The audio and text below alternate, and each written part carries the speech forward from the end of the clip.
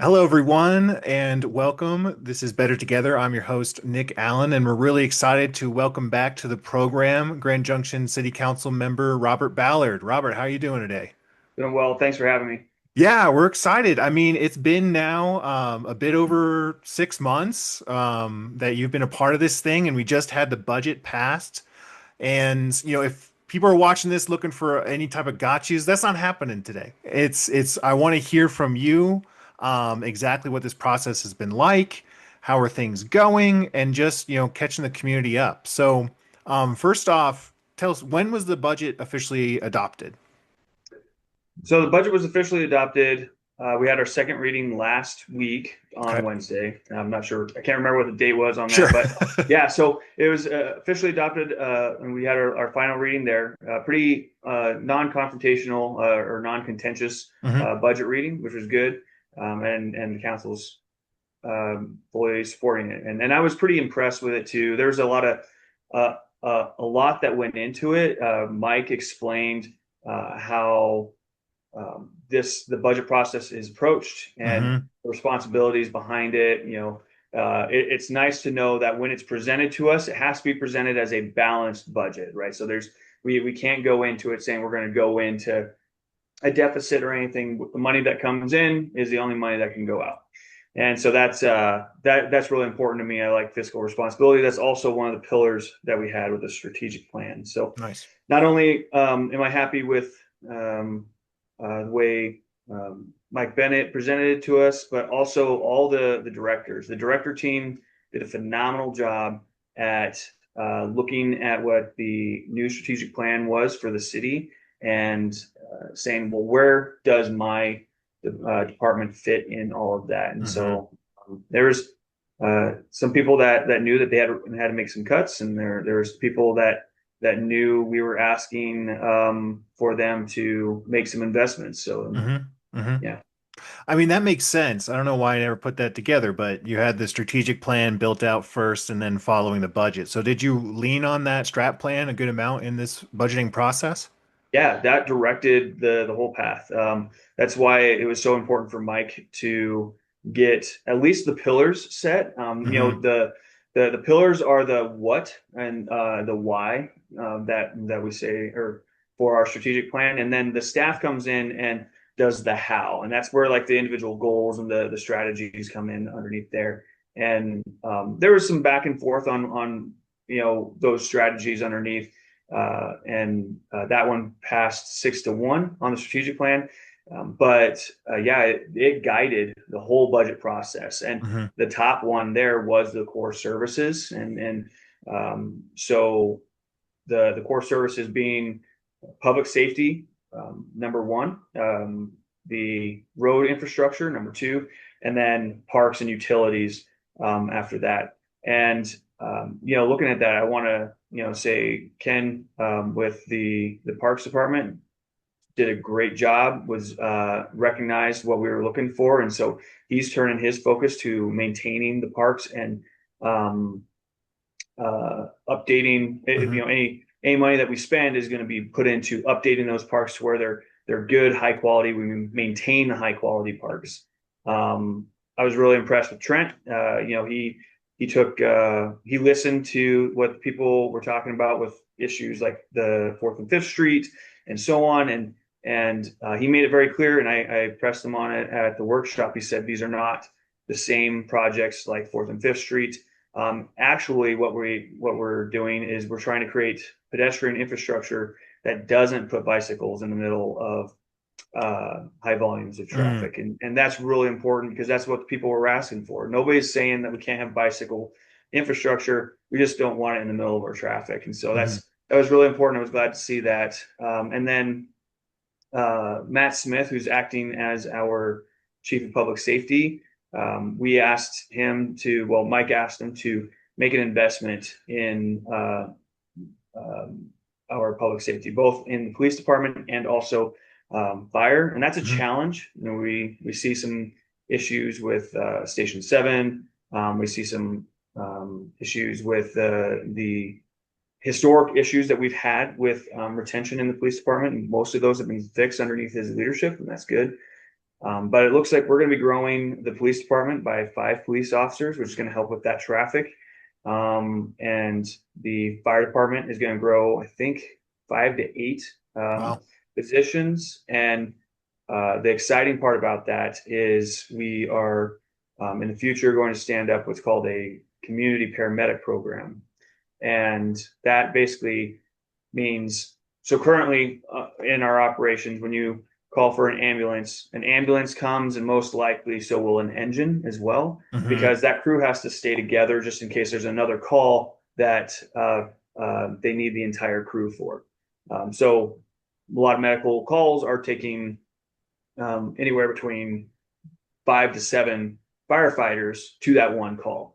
Well, with community paramedic program, they don't go out in an ambulance; they go out in another form of transportation. They assess the situation, and most of it is just going to be, yeah, you're fine, you're stable. Here's a little bit of treatment, or they can refer them to a hospital visit at a later time. But it's going to reduce the ER visits. It's going to reduce the the manpower tax on our fire Hmm. department a lot. So it's some really exciting stuff. I'm really glad that we're focusing on public safety.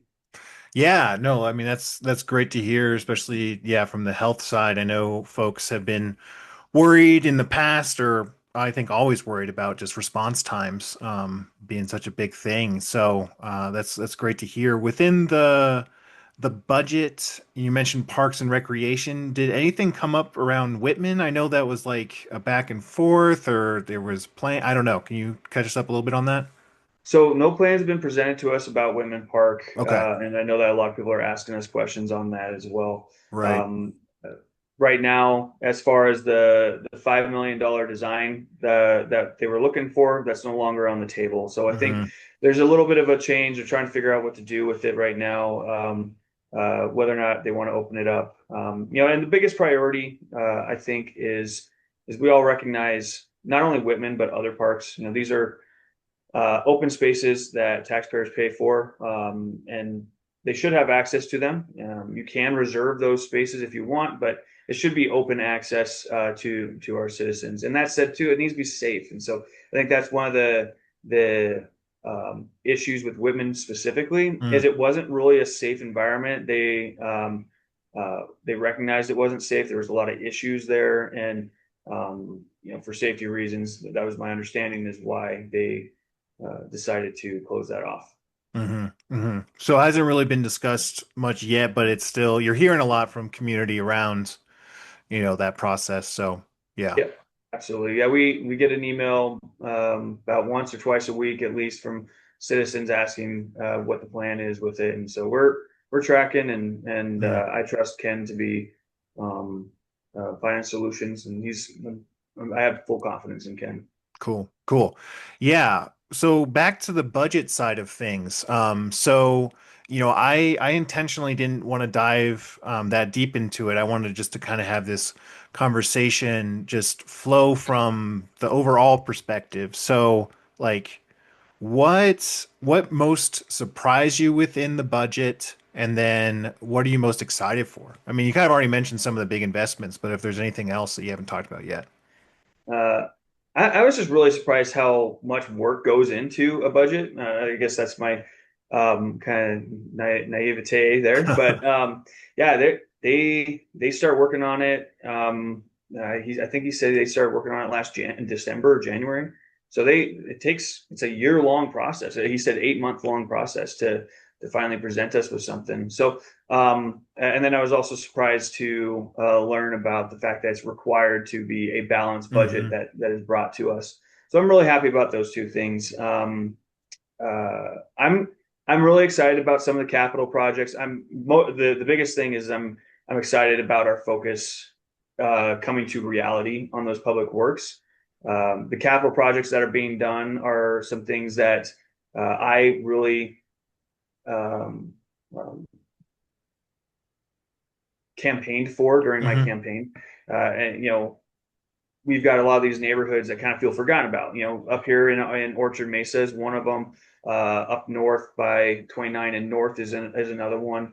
And a lot of these capital projects that we trapped funding for in this budget, are going to put sidewalk infrastructure where we don't have that connecting to schools, and expanding sidewalk infrastructure so that way bicyclists and pedestrians can share walkway without having to put them into traffic. And that's going to be right there along North Avenue. There's a whole North Avenue expansion project, or not expansion project, but improvement project that is going to make things safer for both pedestrians and motorists. So overall, I'm really excited to see that change in focus.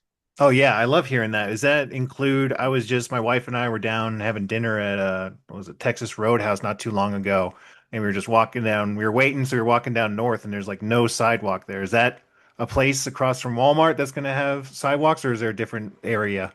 I haven't seen all the designs on it, Okay.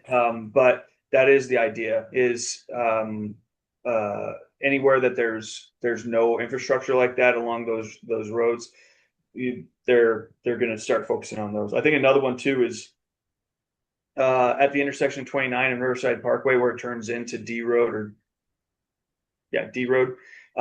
That's also going to there's a bunch of neighborhoods down there that don't hmm have any sidewalks as well, so that's also going to be funded in this capital plan too.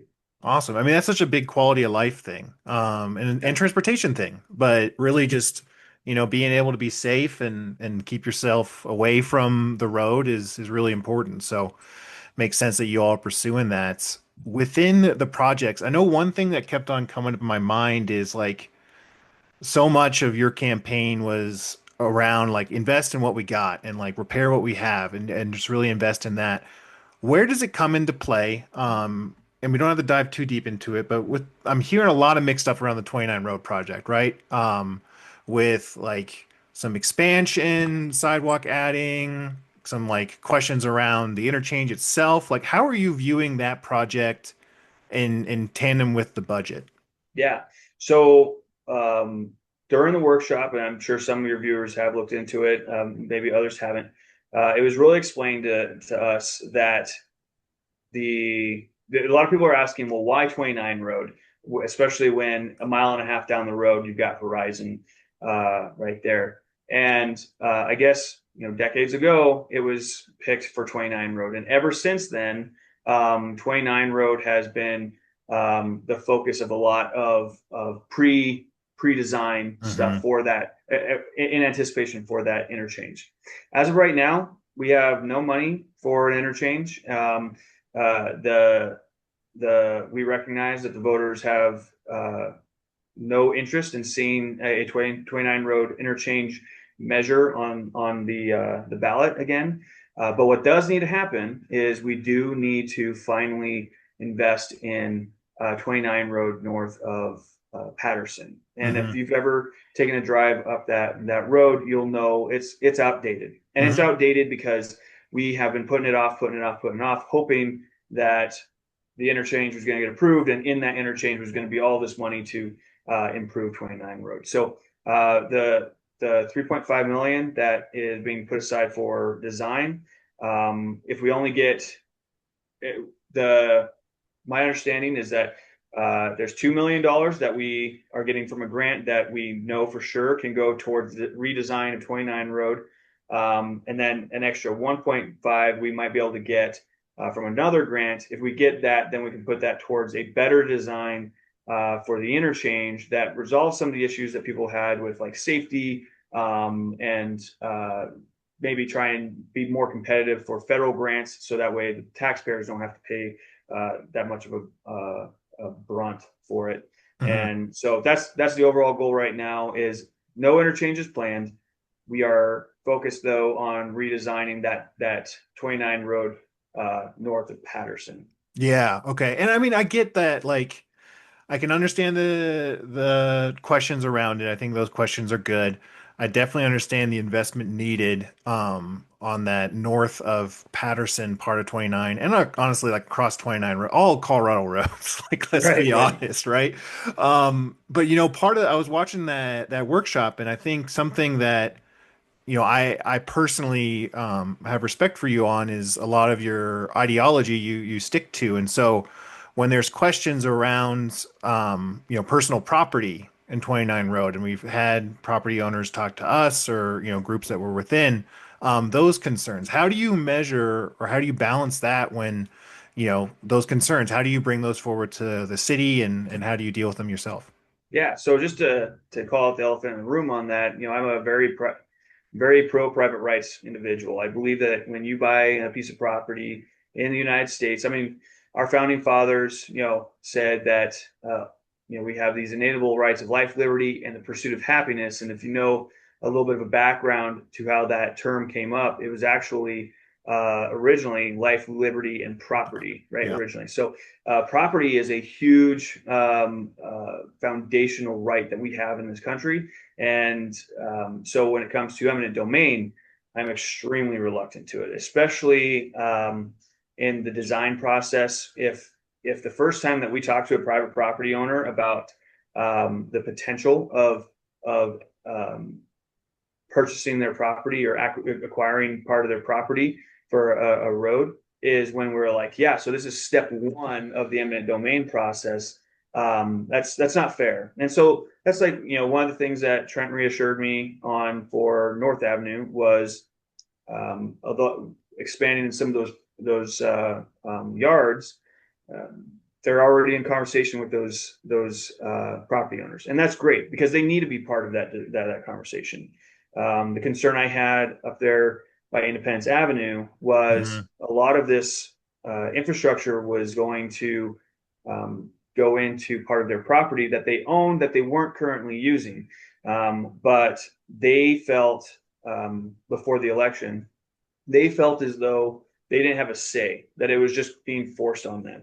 And so, whether that's reality or not, that doesn't matter. It's on us, it's on the government to make sure that they feel as though they're part of that planning process. And so that's why I brought that up. Is we want everybody to be on board with it. We want uh, yeah, they need to be on board with it, and they need to feel as though we're not just robbing them of their property. Right. What happens if they don't get on board? In your opinion, how would Yeah, you react to that? yeah, and that's a great question because someone always said, well, there's always one person that tries to hold out for the eight Hmm. hundred thousand dollars for zero point 0.1 acres or something like that, and that's where the eminent domain proceedings are supposed to fill that gap in that regard. But part of the problem is government does this and has always done this. They create the demand and then they can't figure out why they can't afford it. I mean, Mm. they've got they say, well, we've purchased all of this and now there's just one little piece of property that we have at the end here for this multi-million-dollar thing, and this guy wants $800,000 for it. It's like, well, you created the demand for it. I hear what you're saying. And now you have to pay that price. And I know that this is a legal argument that goes back, probably 100, 200 years. But I would like to have us do everything we possibly can before we even get to having to say, all right, this is the first step of eminent domain procedures, and that was everybody that's been impacted by eminent domain or and legally it's not eminent domain. Eminent domain is when you go to court. That's Okay. the eminent domain. But there's several steps that go to that first. There's like three offers that have to be made, and the very first offer shouldn't be the first time that the property owner hears about these potential changes. Right. And that was kind of the crux a bit around the auto shop or Yes. the the sales place. Yeah. So no, that makes I mean, yeah, you got to bring people in and so many people just want to be part of the conversation, let them be part of the process versus just a top-down approach. So no, I have appreciated you in that work for sure. Next question around kind of budget and general catch up. So obviously, and a lot of people have been talking about the real concern around our homeless population Yeah. and just, continued cuts and just reorganizations and all sorts of things happening right now. Where do you view the city's lens, and was that part of the conversation around your budgeting? Yeah. So thank you. This is exactly why I brought this up. I think I presented it to council July or August is when I first said we need to have a conversation about what the city's role in the homeless population is because it's really hard to nail down. Hmm. And our definition of the homeless population, the unhoused, includes this giant population of 2,900 people, but they're all in different phases or categories Right. of Doubled homelessness. up or in your car or on the street itself. Yeah, totally. Right. Yeah. And each one of them, needs in each category would require different types of resources. Hmm. And so it's like, well, what is the city's main responsibility? Is there a specific category? Is there a specific location or use case or whatever? And then we also have to recognize that the city of Grand Junction can't bear the entire brunt of the homeless problem. And not only just for Mesa County, but also for the entire Western Slope. I've Hmm. heard about people saying that. Well, in fact, I mean, one of the main roles of Sunshine, which is a great service, is to they'll go transport people from other parts of the Western Slope and bring them up here for their treatments. And Hmm. a lot of times they do go back down to where the town that they came from, but maybe they don't because they need to stay in the area for their treatment. So we know that having all of these resources up here does attract, whether that's for better or worse, does attract a lot of the homeless population on the Western Slope. We bear that brunt. However, the question needs to be asked: should the city government, what role should the city government have, and also is it appropriate for a city government to uh, try and be the main solver of this problem when we Hmm. don't have a Department of Health like the county does, and when we don't have the massive resources like the state does. So Hmm. that conversation, we started having it before the budget process even came to us, before the issue with Homeward Bound shutting down came up. Um, we did have that RFP, and we do have some providers that we're supporting in Hmm. the area, and we're really proud to support them. And then the discussion as far as homelessness does come up in the budget process in our strategic plan because one of the second pillars is housing, and you can't talk about housing without talking about homelessness. And so one of Right. our goals in our housing pillar is to have some answers on what our role is and have some solid vision on what we're going to be doing moving forward. Where do you see it? I mean, where do you think the city, when we talk about those different populations, because a lot of my work is with it's with trying to get kids to go to school, and kids that don't Yeah. have homes struggle to go to school. Shocker, right? But it's like, so where do you see the city with that population, with the doubled ups or the in the cars or the, shelter or parks? Like, where do you think the city can have the most impact? Just personally, just from your Yeah. own, So yeah. I personally believe that the city has a responsibility to the people living in their open spaces, or in our open spaces. So like the areas where they are sleeping on the little medians here Hmm. and there, or if they're sleeping in the parks, we have a responsibility to address those concerns. We have a responsibility to also address the population that is weighing so heavily on our public services, on our public Hmm. safety.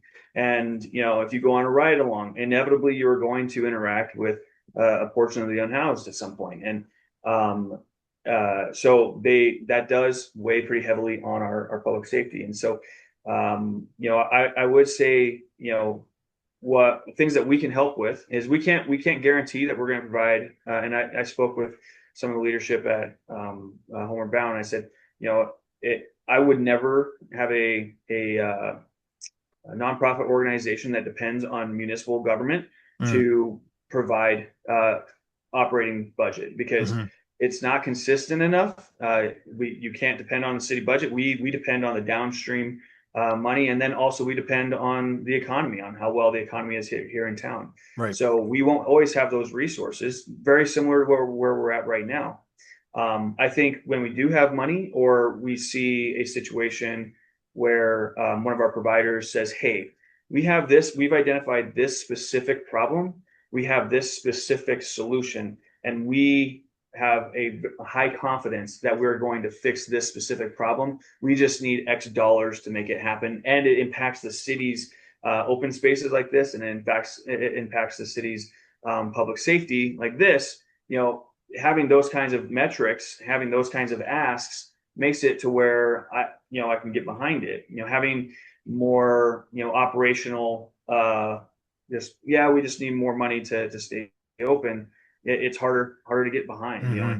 and the homeward bound situation, I'm looking forward to the workshop on Monday. Chime in. We should be hearing from the directors and the leadership from Homeward Bound, and I'm looking forward to having them answer some of our questions. Awesome. Awesome. Yeah, I know that they've changed up leadership a lot too, at Homeward Bound, and I think probably for the better. It's something needed to change because things are tough right now. And I hear what you're saying with trying to like, encourage more of that direct project funding. Yeah. Where does sanctioned camping fall in your mind? Because I know we have the camping ban, but there's caveats in regards to like if there's not enough beds, then right? Am I correct in this? In regards to like, if there's no open beds, then yeah, it's an understanding that okay, we're not going to enforce a camping ban. But I've heard in the past conversations around sanctioned camping with some type of, supervision somehow. I don't know. Have you looked much into I, that? I don't know any legal structure behind Mhm. that. I'm very wary of sanctioning camping in taxpayer funded recreation areas. Like, so our Mm. parks, we I wouldn't encourage camping there. I think that there's areas where we acknowledge, even Homeward Bound, it provides 150 beds. I think the Unhoused Coalition estimated we have about 300 street homeless. So we've got about 150 people that just don't even have a shelter. Right. Well, and that's not even true either, because St. Joseph provides, or St. Joseph, the Joseph Center provides shelters. We've got a couple other providers as well that provide shelters. So either way, we've got people that don't have a shelter to go to because they're full, Hmm. or they've been trespassed off of shelters. That's Hmm. another factor as well. Hmm. You burn that bridge, and now you've got nowhere to go. As far as where they can sleep, my understanding is that there are open spaces that are city owned, that whether it's legally allowed to camp there or not, not really sure. But as long as they're not causing a problem, I don't see law enforcement kicking them off very Hmm. much. So um, I haven't. I don't have a ton of knowledge on that specifically, but Totally. I would not be in support of open or sanctioned camping in our public parks. Okay. No, I mean that's fair and that's good to know. And I'm excited to learn more too on this Monday workshop. Sounds like there's going to be a lot that goes into that. Well, back a bit to just this budget process, or really just, checking in after several months on the job. I guess you were sworn in what? May? Is that right? May Okay. May Well, the election was April 8th, but yeah, it was May 12th, I believe. I can't Okay. remember exactly what the date was. Something like that. Yeah. So you got some time under your belt now, and how are you feeling? Can you just kind of give us an update on how things have been? I think we're getting into a good rhythm. I think, we've gotten, we figured out how to work together in the council. We've built some relationships here and there. I think moving forward, we've got the strategic plan was huge. Just Hmm. getting that now makes it to where everything else is just kind of aligned, and it makes our jobs a lot easier. Um, I have more confidence in our staff now because they've shown, it's part of building trust, right? Is they've shown that they're on board with us, and we've shown that we support them. So um, it's a trust building process with staff and council, and it's a learning process for sure. I feel like we've got our feet underneath us, and I feel like we've got a good rhythm now. Nice. What big things are coming up in your mind that maybe people or you want folks to know about that might not be, top of mind yet? The big one that I'm focused on is going to be the homeless Hmm. situation, trying to figure that out. I would really like to see us, even if we can't solve the problem, even if we decide that we just don't have the resources, being able to clearly identify that, yeah, this is where we're at with things. That's, I think, the clarity that we need to provide, and we owe it to the public. And then, moving forward on that, we've got some awesome projects that we just approved. Uh, the right next to the transportation hub, that's the train, Hmm. the Was it the and depot? the depot. Thank you. Yeah. The train depot. That project, I'm so excited about. They presented that to us. We are just acting as a pass through for their grant, and I just can't wait for that to become a thing. It's really going to be built out over there. Uh, with that transportation hub, we'll have Hmm. there's talks about a niche hotel going up over there, some more parking added to the downtown area, so that way people Nice. can have some long-term parking for the transportation hub. It's overall, I'm excited to see that expansion. I know that's an area that people historically have really treasured, and the best part about it too is if this wasn't happening now, there's a chance that a lot of the bones of those buildings were just not going to be able to stand on their own 20, 30 years down the road. And we're going to lose that piece of history forever. So I'm really glad to see that we're making some inroads to seeing this completed. Awesome. Awesome. No, it's exciting. Yeah, it's revitalization. So Yeah, we'd love to see that. All right, Robert. Well, thank you again for coming on today, for sharing your time and walking us through the budget, plus all the exciting things that are going on. So thanks yeah, again I for appreciate it. yeah, of course. We'll have you on again soon. Thanks for watching, and don't forget to like and subscribe. Special thank you to our Patreon members. We are 100% community funded, and your support goes a long way. You can become a member at patreon.com/bettertogether, and we have several options and perks, so check it out.